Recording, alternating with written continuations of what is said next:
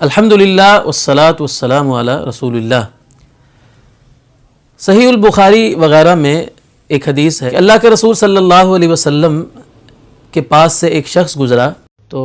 آپ نے صحابہ سے پوچھا کہ تم اس شخص کے بارے میں کیا کہتے ہو؟ صحابہ عرض کرنے لگے کہ اللہ کے رسول، اس شخص کے بارے میں صحیح رائے تو آپ ہی کی ہو سکتی ہے، لیکن ہمارا خیال اس شخص کے بارے میں یہ ہے کہ یہ ایک شریف آدمی ہے، دولت مند آدمی ہے، اور توقع اس سے یہ کی جاتی ہے کہ اگر یہ کسی کو نکاح کا پیغام بھیجے تو اس کو قبول کر لیا جائے گا، کوئی اس کو رشتہ دینے کے لیے تیار ہو جائے گا، اگر یہ کسی کی سفارش کرتا ہے تو اس کی سفارش بھی قبول کی جائے گی، اور اگر یہ بات کرتا ہے تو اس کی بات بھی لوگ سنیں گے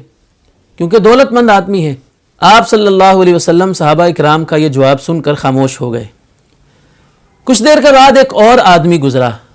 تو آپ نے صحابہ سے پوچھا کہ اس شخص کے بارے میں تم کیا کہتے ہو؟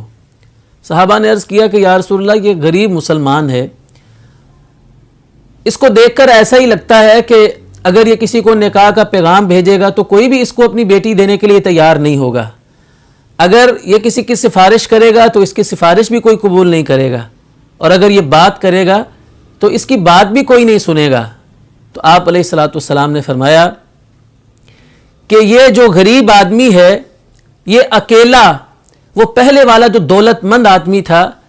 اس جیسے زمین بھر لوگوں سے بہتر ہے۔ کیا مطلب؟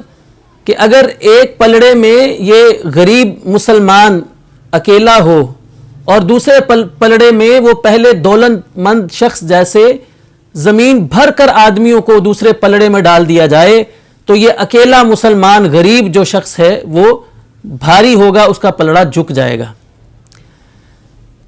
تو اس حدیث مبارکہ سے معلوم یہ ہوتا ہے کہ اللہ کے ہاں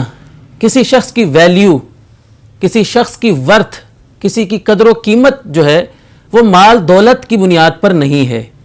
کسی کی پی آر معاشرے میں کتنی ہے اس بنیاد پر نہیں ہے، بلکہ اللہ کے ہاں کسی بندے کی اہمیت کا، اس کی ویلیو کا، اس کی ورتھ کا جو معیار ہے، جو کرائیٹیریا ہے، وہ ایمان اور تقوی ہے۔ اللہ رب العزت نے فرمایا ہے ان اکرمکم عند اللہ اتقاکم، اللہ کے ہاں تم میں سے سب سے زیادہ عزت والا وہ ہے جو سب سے زیادہ تقوی والا ہے۔ تو ہم اگر اپنے مسلم معاشروں میں ہی نظر دوڑا کر دیکھیں تو ہم مسلمانوں کے ہاں بھی لوگوں کو جانچنے کا معیار وہ مال دولت بن چکا ہے، کسی کا سٹیٹس بن چکا ہے، کسی کا لباس کیسا ہے، کسی کے ہاتھ میں موبائل کتنا مہنگا ہے، کوئی کتنے مہنگے گھر میں رہتا ہے۔ ہم ان چیزوں کو دیکھ کر کسی آدمی سے محبت کرتے ہیں، کسی آدمی کے قریب ہوتے ہیں، اور اگر کوئی مال دولت میں کم تر ہے یا اس کا لائف سٹیٹس جو ہے وہ اتنا ہائی فائی نہیں ہے تو ہم اس سے دور ہو جاتے ہیں۔ تو دوستو، یہ حدیث مبارکہ ہمیں بتاتی ہے کہ ایک مسلمان کا دوستی کا معیار وہی ہونا چاہیے جو اللہ رب العزت کے ہاں معیار ہے۔ اللہ رب العزت کے ہاں معیار جو ہے وہ تقوی اور ایمان ہے۔ تو ہمیں بھی لوگوں کو تقوی اور ایمان کی بنیاد پر تولنا چاہیے، ہماری دوستیاں، ہماری محبتیں اہل ایمان اور اہل تقوی کے ساتھ ہونی چاہیے۔ ایک حدیث میں نبی علیہ الصلوۃ والسلام نے ارشاد فرمایا کہ لا تصاحب الا مؤمنا ولا یأکل طعامک الا تقی، کہ تو نے صرف مسلمان اور مومن کے ساتھ ہی دوستی رکھنی ہے، اس کے ساتھ ہی اٹھنا بیٹھنا ہے، اور تیرا کھانا بھی صرف متقی آدمی ہی کھائے۔ کھانا تو کسی جانور کو بھی کھلانے سے ثواب ملتا ہے، کتے کے بچے کو پانی پلانے سے اللہ رب العزت نے ایک عورت کو بخش دیا تھا، لیکن اس حدیث مبارکہ میں نبی علیہ الصلوۃ والسلام نے یہ بتا دیا ہے کہ ہماری محبت کا جو معیار ہے وہ ایمان اور تقوی ہونا چاہیے، نہ کہ کسی کا سٹیٹس اور کسی کی دولت۔ اور ایک بات اور جو قابل غور ہے وہ یہ ہے کہ اگر ہم اللہ رب العزت کے ہاں معزز بننا چاہتے ہیں، اللہ کے مقرب بننا چاہتے ہیں،